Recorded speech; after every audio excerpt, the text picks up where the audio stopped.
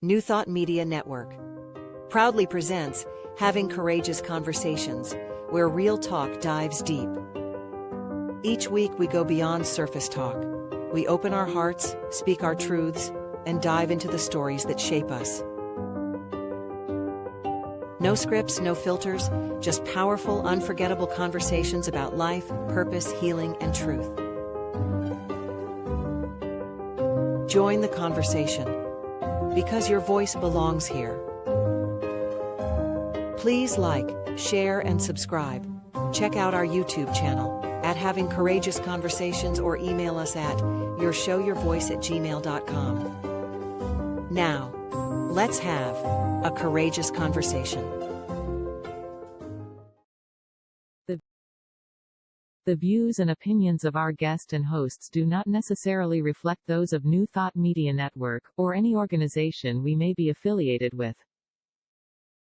Here at New Thought Media Network, we welcome freedom of speech and courageous conversations. There are many topics that can be difficult to navigate. Challenging the status quo and engaging in lively debate is important to expanding our understanding of one another, and life in general. Creating a peaceful world doesn't happen because no one disagrees, it happens from a willingness to understanding one another. In our programming we strive to expand consciousness and assist people in creating remarkable lives. Your comments are welcome at info@ntmedia.org. Welcome to today's episode of Courageous Conversations. Our theme is Transition as Sacred Thresholds, Bridging Change with New Thought Wisdom. Life is full of endings, uncertain in-betweens, and new beginnings.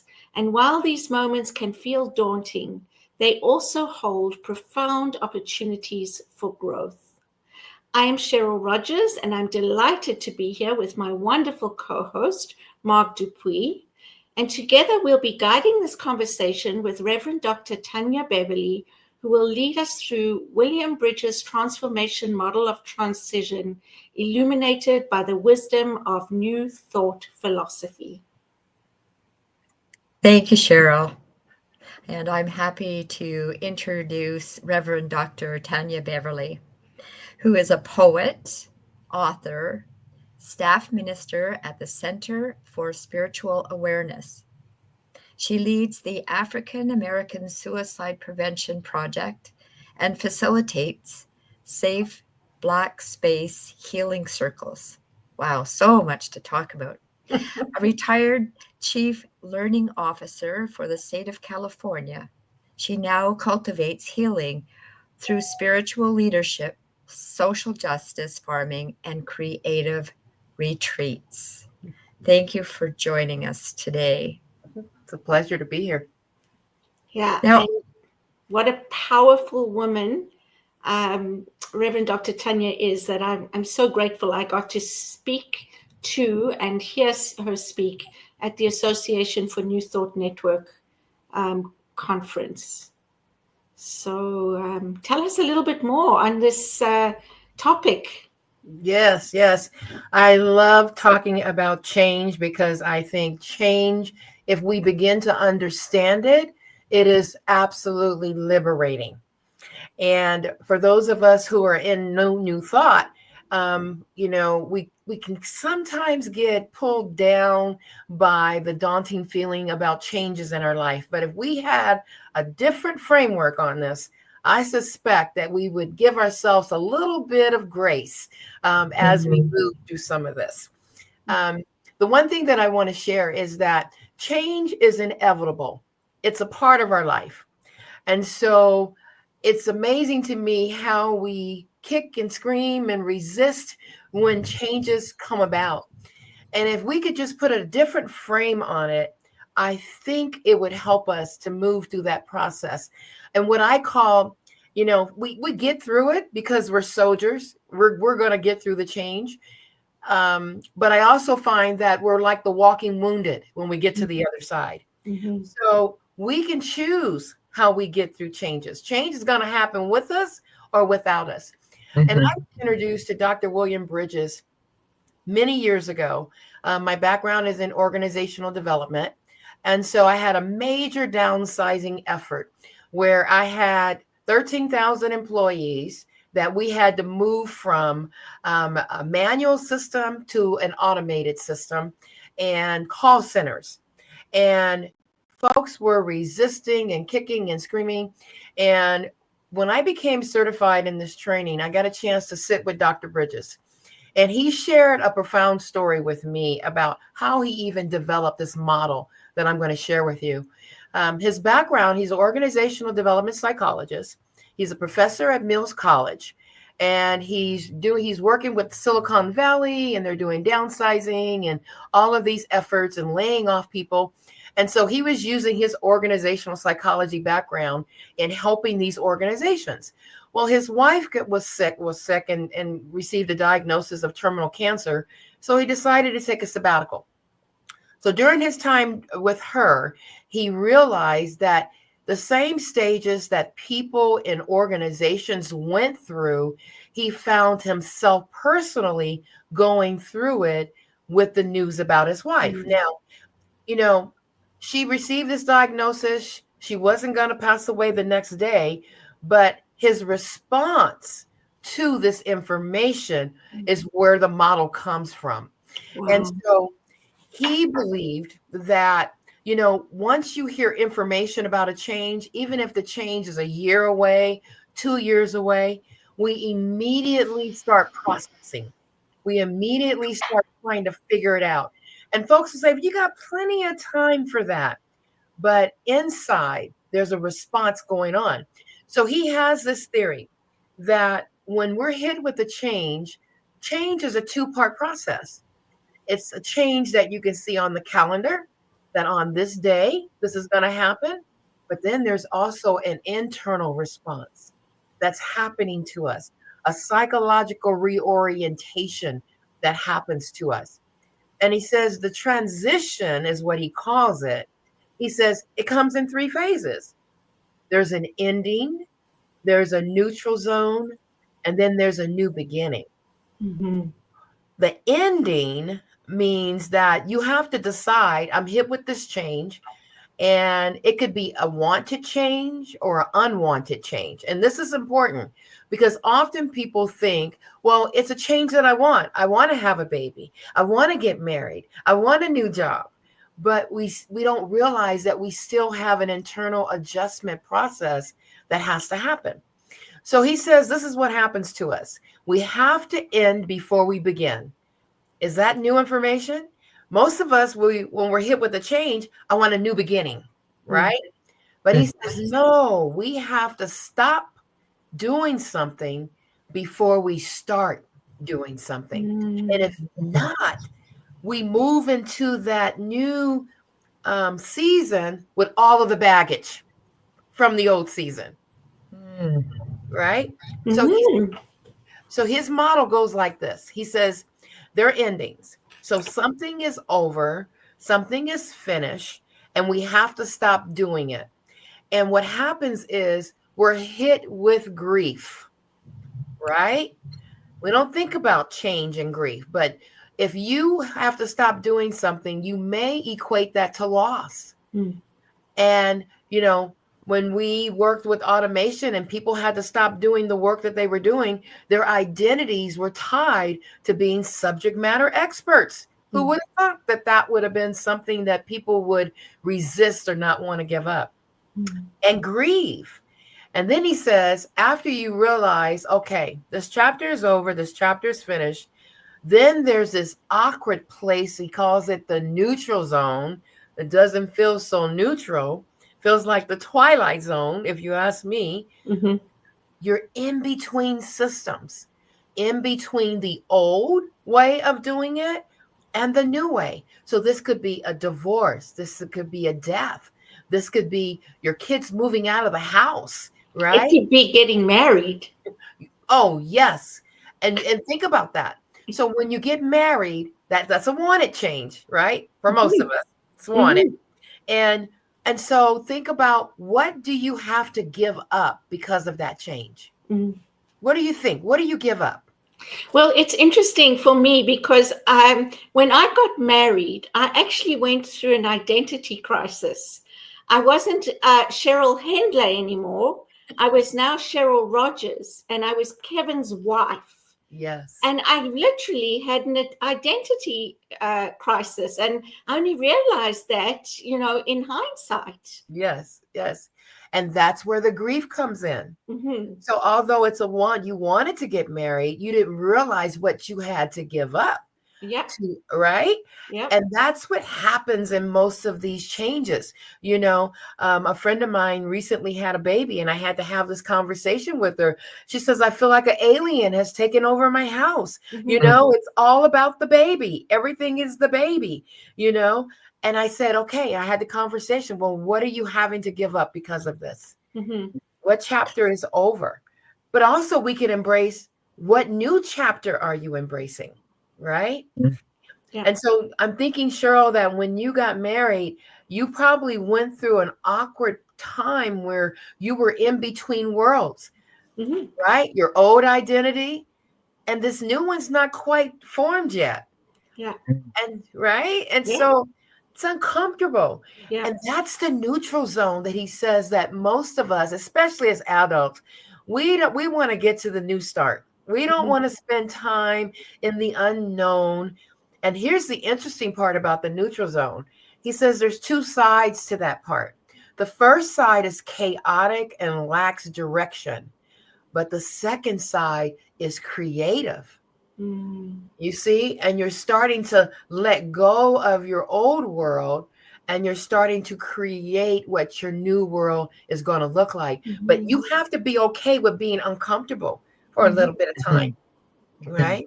Yeah. Before you get to that new beginning. When you were talking about new beginnings or things that are new, I smiled because Cheryl and I were just having a conversation.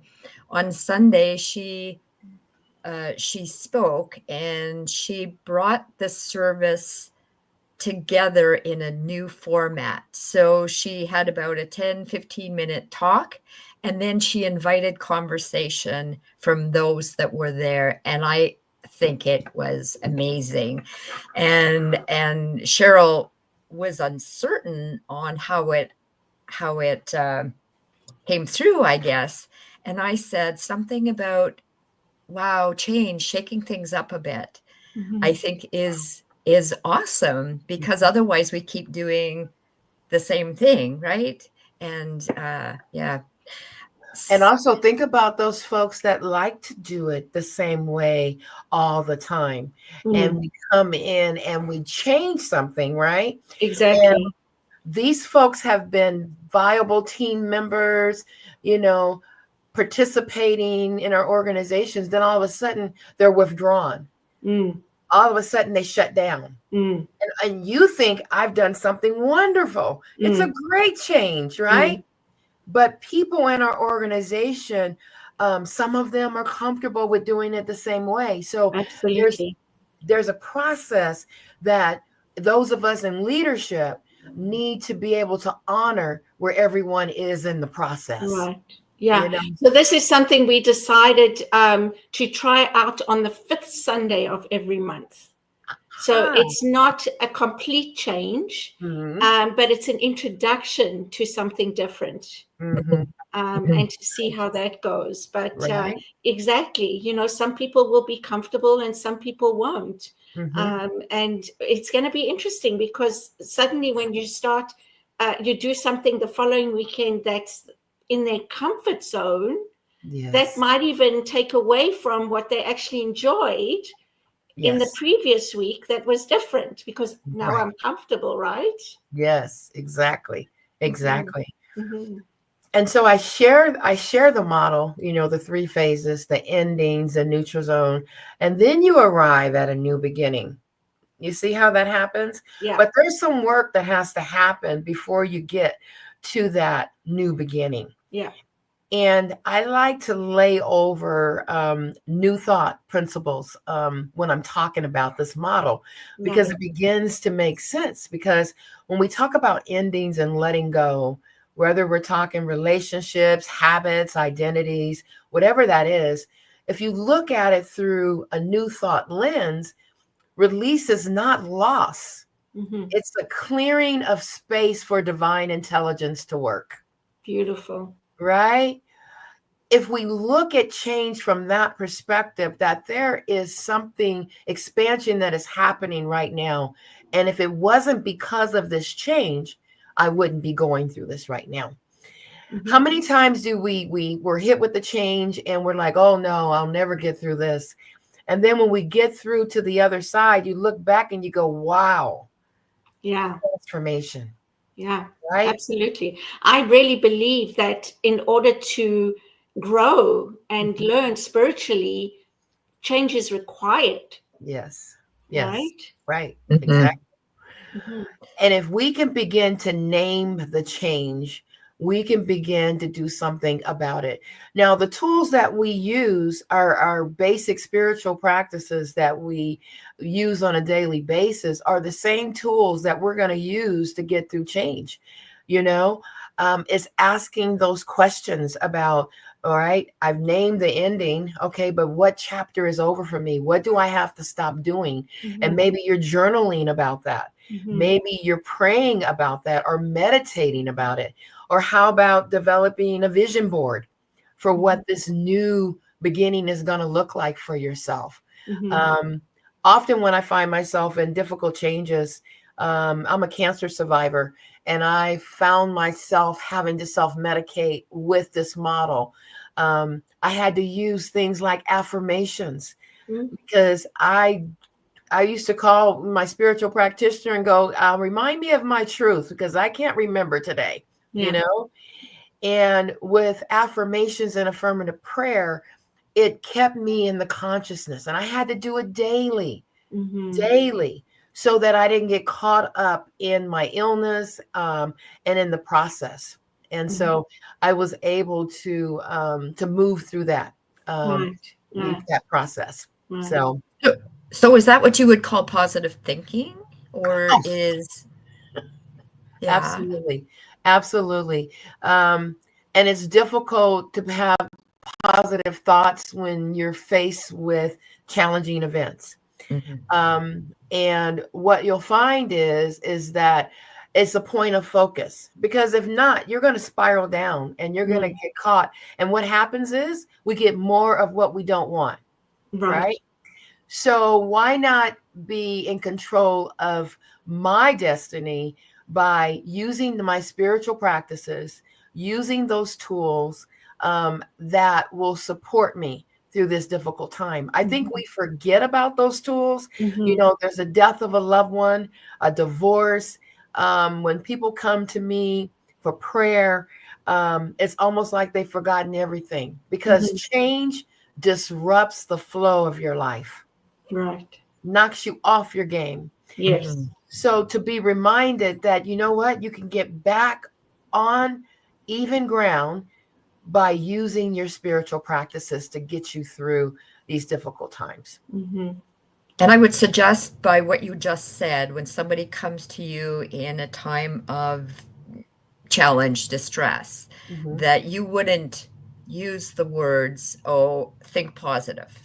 Oh, no. I would, based on what you were saying a minute ago, I think you would talk them through the steps. And I have a bit of a hackles going up because it's often used very lightly. Oh, just think positively and everything will be just fine. Can you explain a little bit more on how you would?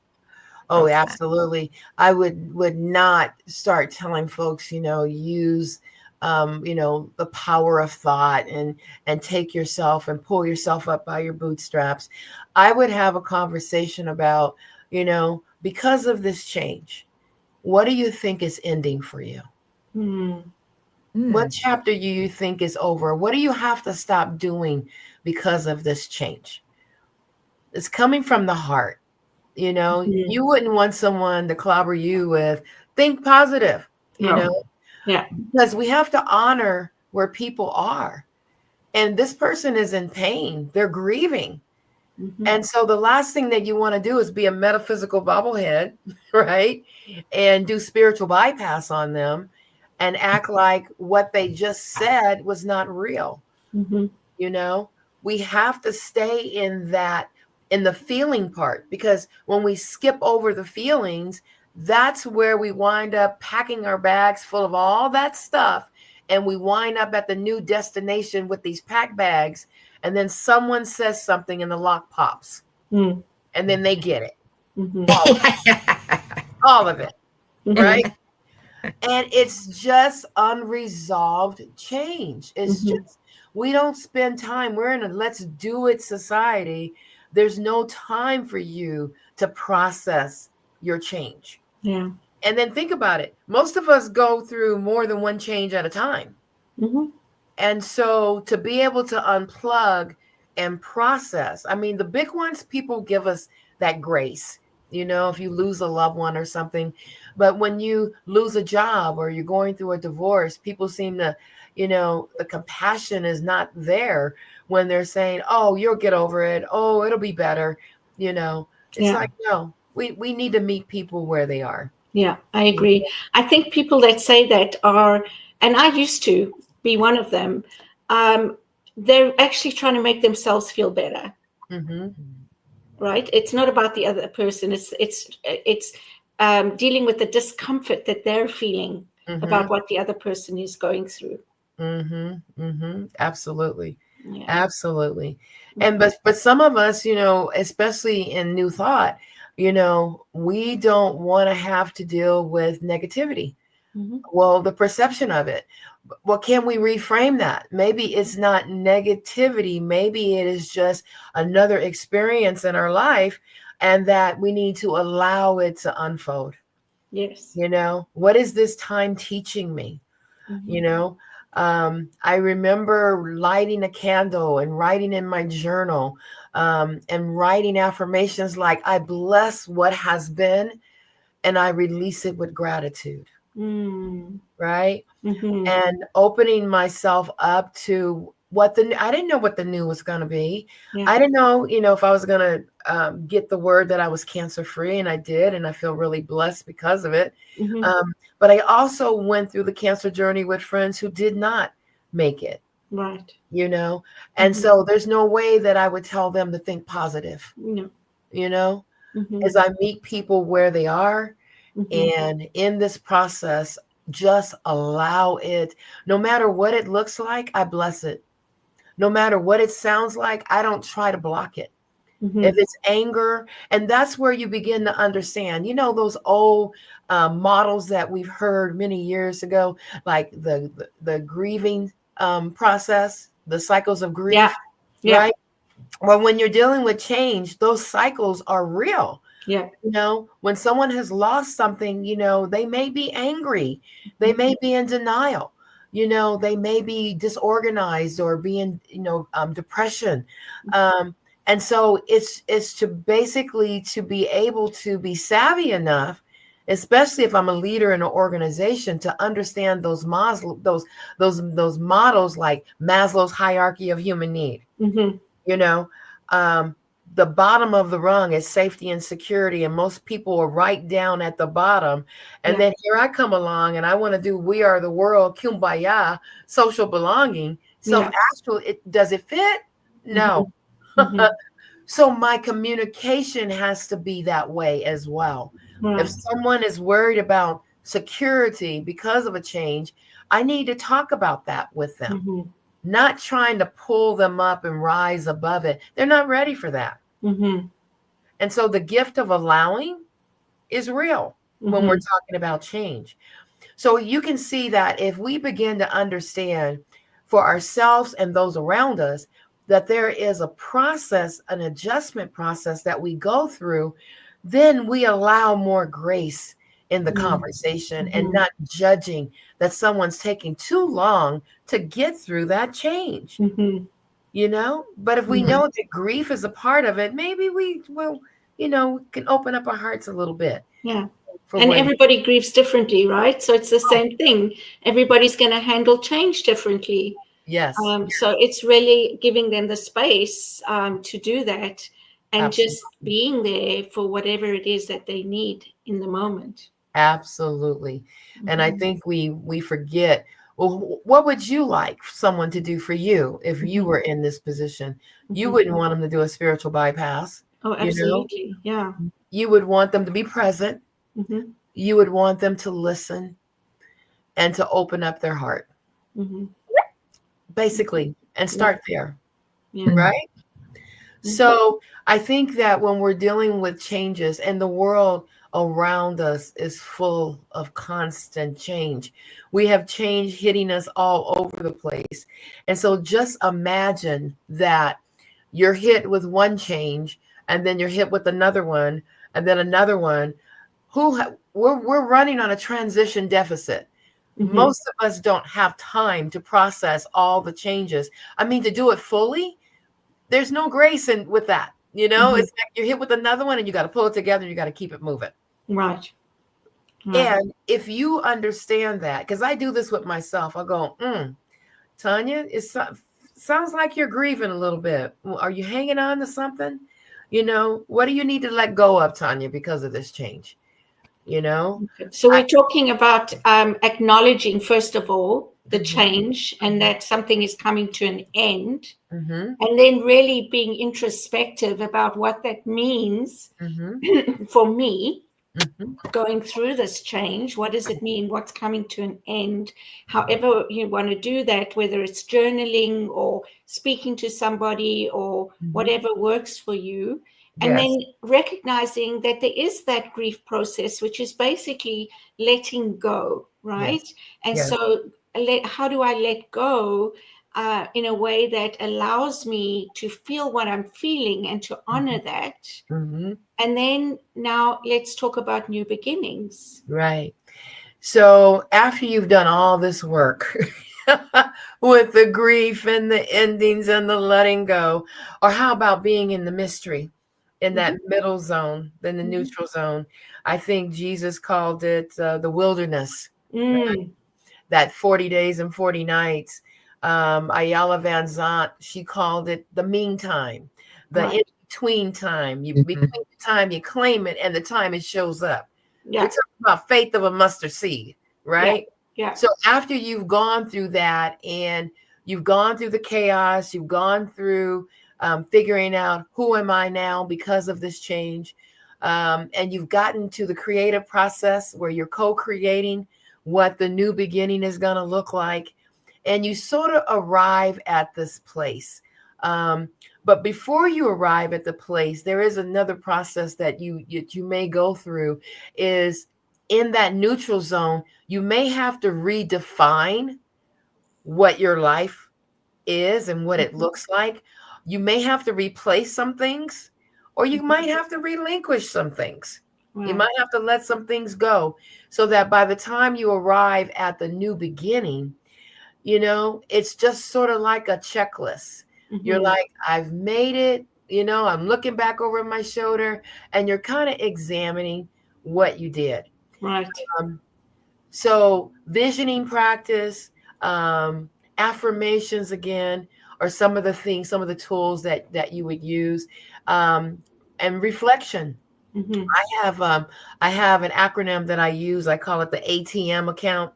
And my ATM account is affirmative treatment, affirmations, and meditation. Those are Oh, the things that I use. And I say, maybe I need to take a withdrawal from my bank account today. And it's usually one of those. And so by the time you get to a new beginning, you have developed spiritual practices that are working for this season. And that's another wonderful. thing keep in mind is our spiritual practices are only as good as our current level of consciousness. So, Absolutely. So, right? on that note, because there's so much more to talk about now, going into spiritual level of consciousness, we're going to take a short break right here. Don't go away. Marg and I will be back with more of the conversation with Reverend Dr. Tynya Beverly in just a moment.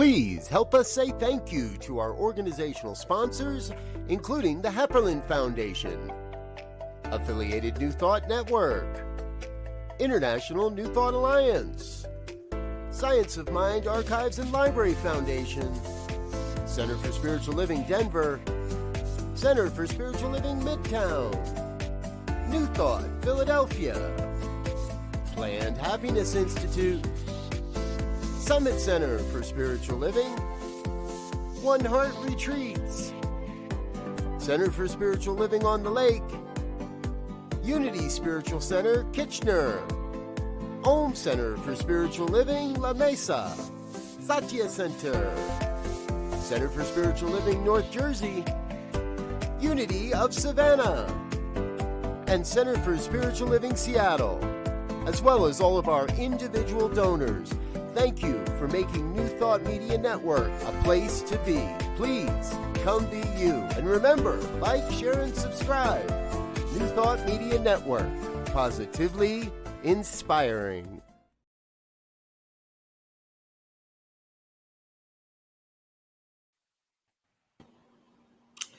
Thank you for staying with us. Cheryl and Mark here again, and we're excited to pick up where we left off with Reverend Dr. Tynya Beverly. What we were sort of just going into, I think, a slightly different topic, but still relevant. Mm-hmm. And what I just want to acknowledge is that we spoke about, the change, the acknowledgement, the recognizing, the ending, what it means for you, and the grief process. And then also what I heard was from there, there's steps to take, to plan and to put into place and into action, however it is you are looking at your new beginning. Mm-hmm. Absolutely. Before you answer that, I just had a question. I think it'll flow into what Cheryl is asking. Mm-hmm. We've talked about major, like a marriage, a divorce, grieving over a lost one. Does this also daily? Do you do this practice on a daily basis, because we change daily? So is it a big one or a little one? Does it matter, the process? I don't think it matters. I don't think that you're whipping out your workbook when you're processing. I think what it is you're putting that frame over the situation. And so I don't, when I'm talking to someone, I'm having a conversation with them. We're not sitting down like we're in a workshop, if that makes sense. Mm-hmm. We're able to talk through where they are and where do you want to be, in this process, and using the practices, visioning practice, affirmations, community support, mentorship, accountability partner are some of the areas. And then maybe it's reframing my thinking about divine order, and what that means, and expanding my worldview around where I see myself, moving in the next season. With the model, I think what it does for me is you could lose your keys, lose your wallet, and still have to go through this adjustment process. It doesn't matter how small the change is. Right. And your question is, do I do this every single day? No, usually when I'm hit with a change that has derailed or is stopping me from moving forward, it's robbing me of my joy, then it's time for me to sit down and think about this. Okay, what is this that I'm resisting? Because most of us don't resist change. Is what we have to give up because of the change. Where the resistance comes in, Right. So I sell my house, and I want to sell my house, but the grief comes about because I'm going to miss my neighbor.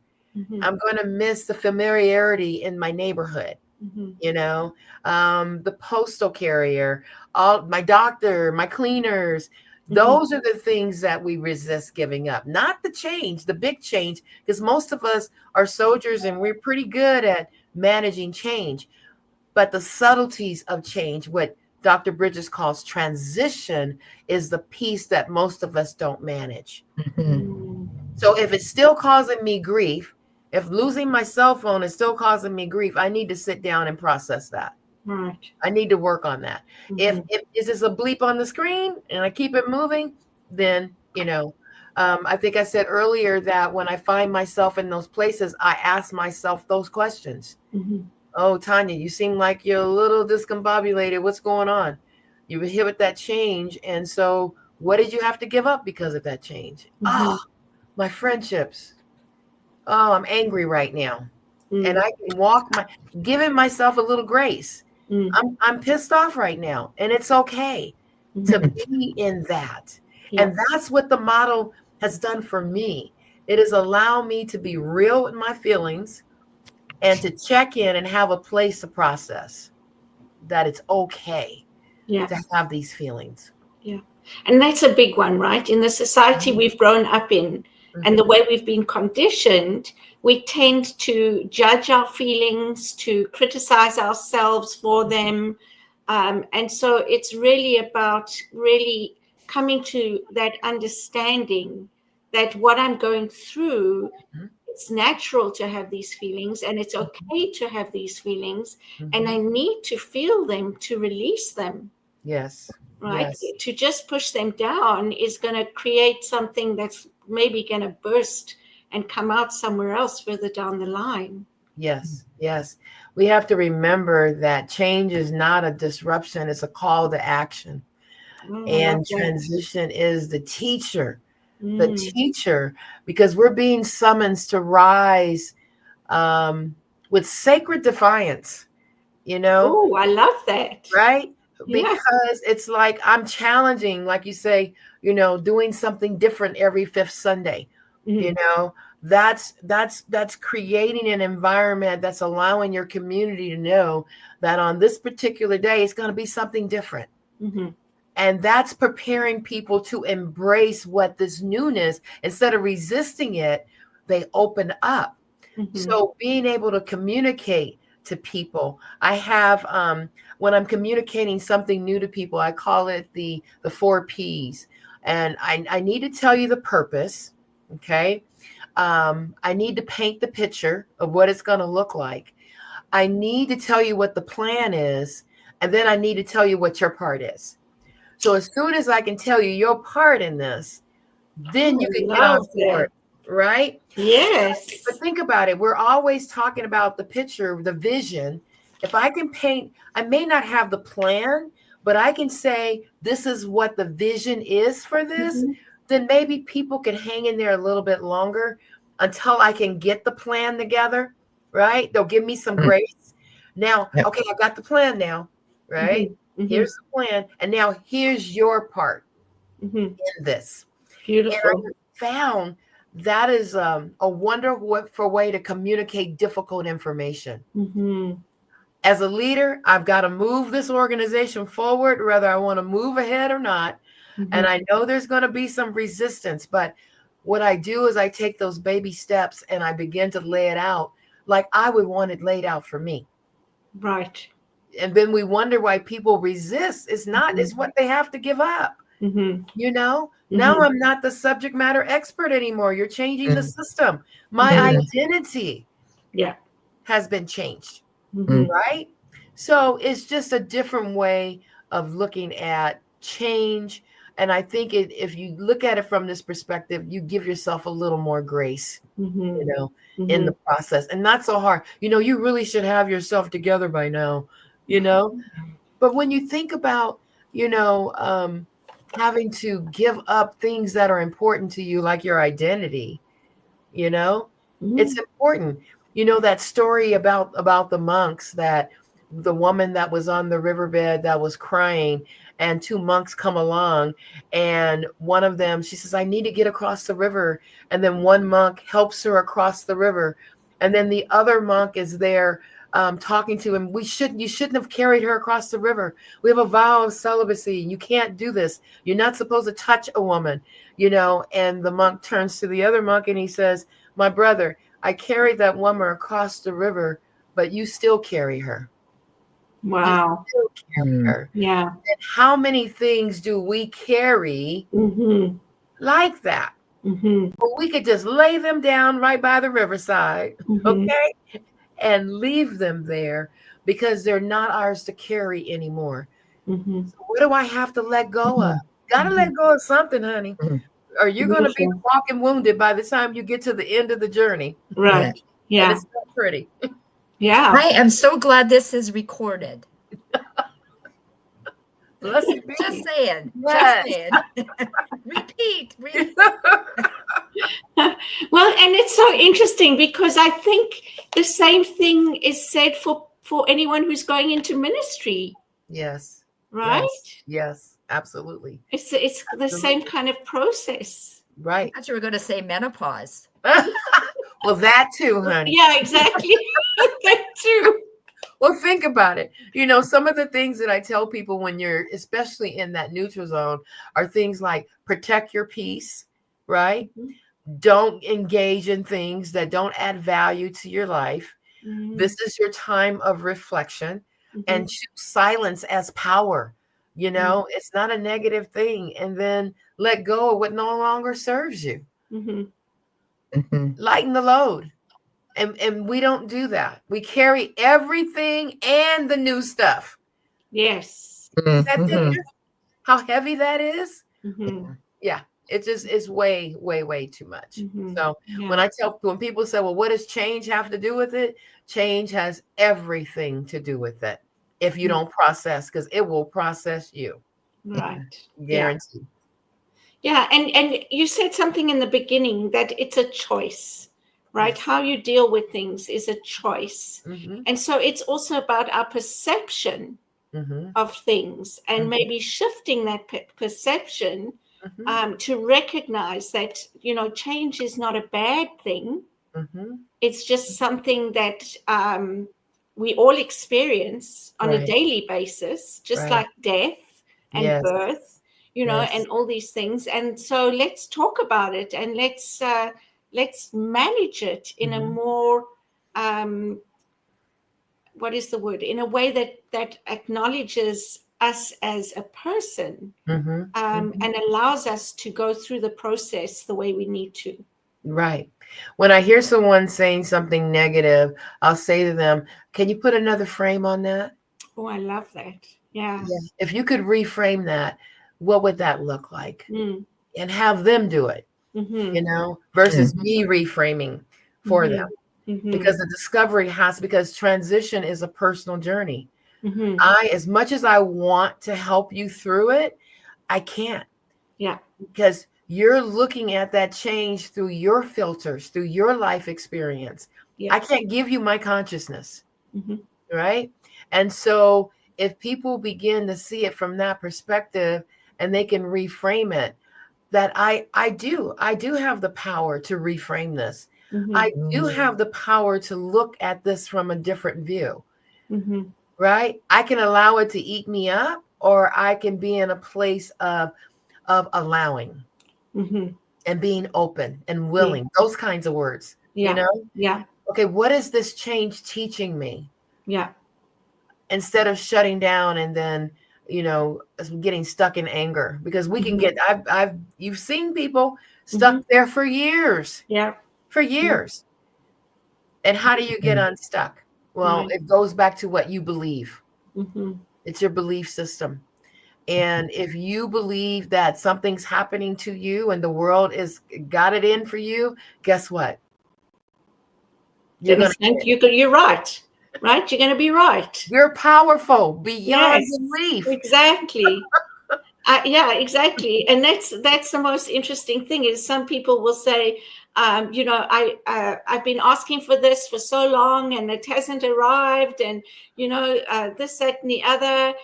Well, what's the thought behind that? Because if you're saying it hasn't arrived and I'm waiting for it, you're going to continue waiting for it and it won't arrive. Well, I suspect when someone says it hasn't arrived the way they want it to arrive. The way they think it should. Yeah. Right? Yeah. Or just honoring the blessing that is before us, that this, it didn't happen the way I wanted it to, but it happened the way it was supposed to. Right? Yeah. And so when I'm looking at it, it's like, well, I never would have thought of it that way, but okay, that expands my worldview. Yeah. I've got a whole different perspective. So it's allowing and embracing what is. And I think you spoke about consciousness, the level of consciousness. Yes. Right. Yes. And so there is a maturity, a level of spiritual maturity to be able to understand that and to be able to go there, right? Whereas sometimes we get in the way of ourselves when we're not at that level, we're not ready to go to the next step of processing what it is we have as a gift in front of us to process. Right. Exactly. I say that we're only as good as our current level of consciousness. And I say that because sometimes we think that we process the change and we're good with it, right? We're finished with it, especially the big ones like death. And then all of a sudden you're growing along and you're going through transformations and you're expanding and you're on the spiritual quest and you're discovering who you are. Then all of a sudden that change that you went through years ago, guess what? You got a new level of awareness and consciousness that now you got to process that change through that. Right. Yeah. Right. Yeah. And so you're absolutely right, is that, the consciousness is only where you are currently. That's it. And don't think that it's over. No. We're evolving. Yes. Goodness. Exactly. So. Yeah. I did a talk a little while ago about, instead of seeing, change as change, see it as an evolution. Because it is a way of our evolving, our consciousness, our way of looking at things, our way of experiencing things, all those kind of things, because that's how we become who we are in this moment. Yes.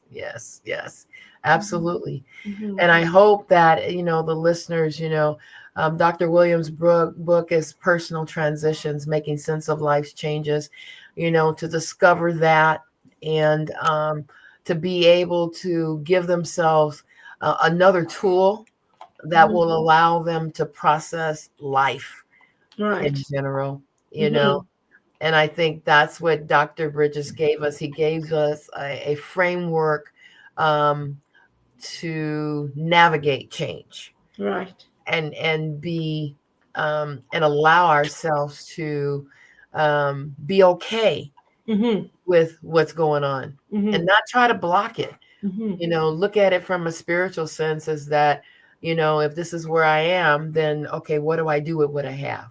Right. Beautiful. Yeah, beautiful. So tell us about your book. Oh, yes. My book. Well, the latest book is Dancing in the Key of Life, Words That Hug the Heart.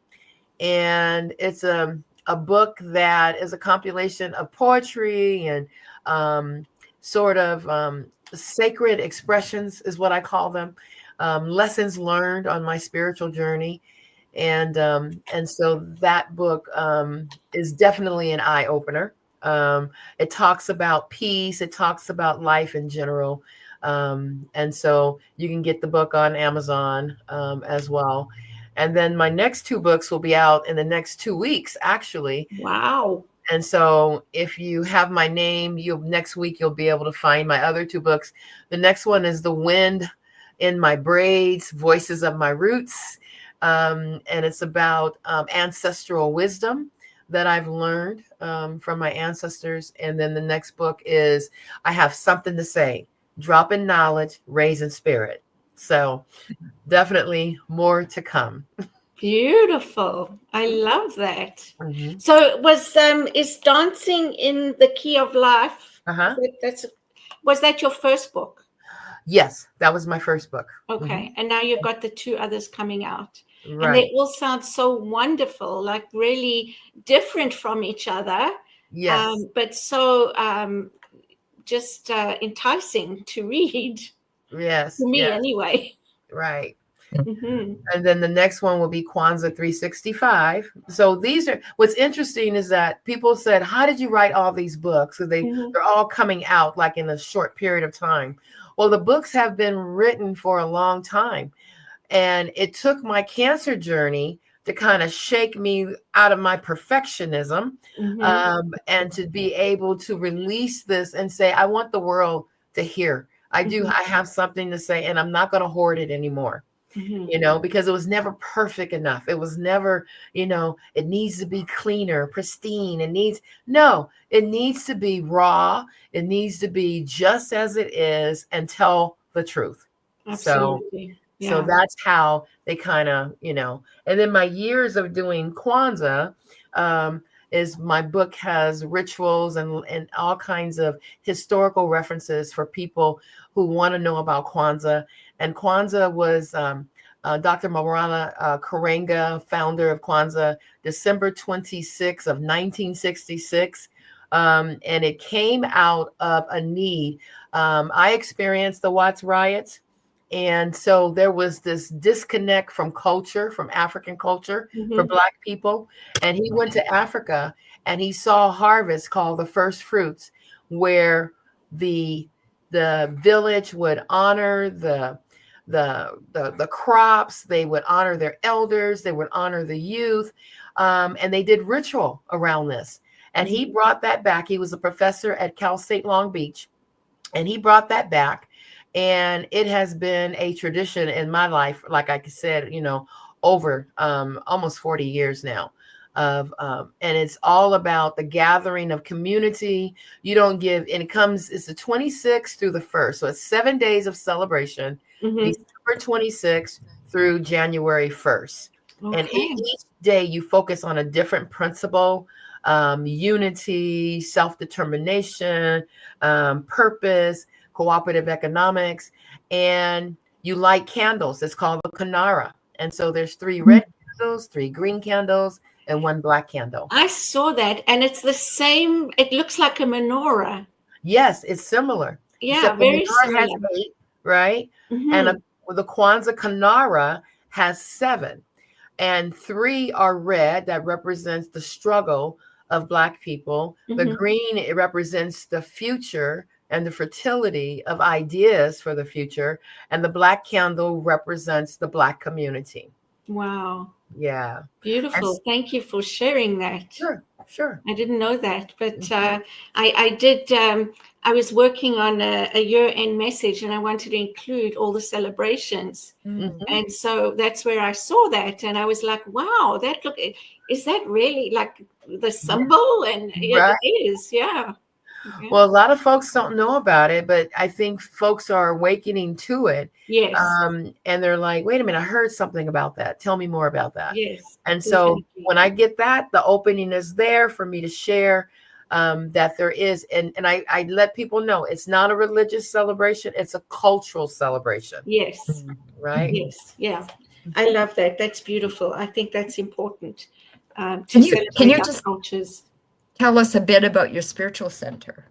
Yes, the Center for Spiritual Awareness in West Sacramento, California. We call it Ground Zero for Love. And we have a very diverse community where we have 300 to 400 members in our community. Yep, the Church Love is building. That is us.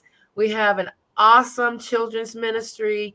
We have a praise and worship ministry, great choir, wonderful pastor, and we have a big social justice ministry that includes racial healing. It includes our white affinity group. It has the Kwanzaa is a part of that. We have Authentic Voices, which is a diversity and inclusion diversity readers theater. And so you can go on the website at csasacramento.org and you can find out about a lot of our activities that we're involved in. I am a social justice farmer. And so I set up a farm stand at my church every Sunday from what's left over from our farmers markets. I have a list of 20 cooperative farmers, and they gladly allow me to pick up their their produce that they're not able to sell, can't sell, or have too much of. And then I'm able to give that back to my community. And I realized that even in my church, which it's an abundance center, we still have a food desert in my community. And so I'm teaching people how to grow. I'm teaching families how to grow, and using what we do in growing and transferring that into life skills. The planting, the plucking up, cultivating, all of that. Oh my gosh, that sounds so wonderful. Cultivating community. I get Yeah. it. Cultivating community. Yes, absolutely. Absolutely. There's a place for everyone. So we love it. Sounds wonderful. And it sounds like you're doing such amazing things, Reverend Dr. Tynya Beverly. Yes. Yeah, it's such an honor to have you on the show. Thank you so much for saying yes. Oh, thank you for asking me. Oh, when I was talking to you, I knew I had to ask you. And you just proved today what a powerhouse you are. Wow. So if there was one thing you wanted to leave our listeners with today, what would that be? I would say for people to carry your joy forward. Stop allowing the world to snuff out your joy. Allow joy to be the priority. Put joy on your calendar. Put joy all around you, because I think it's going to be one of the things that's going to be able to pull us through what we're experiencing right now. Beautiful, beautiful. Yes. And in closing, Mark, do you have anything you would like to share? Just okay. I'm going to say, press play. Press play. Listen again. Pardon me? Are you saying listen again? Exactly. Go to the YouTube station and play this awesome recording again. Absolutely. Just packed with information. So packed with information. Thank you so much, Tynya. Yes. You're so welcome. Thank you. Yeah. So as we've discovered today, transitions are not simply challenges to endure. They are sacred thresholds inviting us into deeper wisdom and renewal. By embracing endings, honoring the neutral zone, and stepping boldly into new beginnings, we can transform change into a path of empowerment. And thanks again, Reverend Dr. Tynya. We will certainly be in touch and invite you next year, because I know you have a lot more to say, and we would love to hear about some of the stories in your books. Okay. So I would love to share them. Thank you so much. All right. So everybody, please like, share, subscribe, and we will see you next Wednesday. Thank you for joining us. Bye.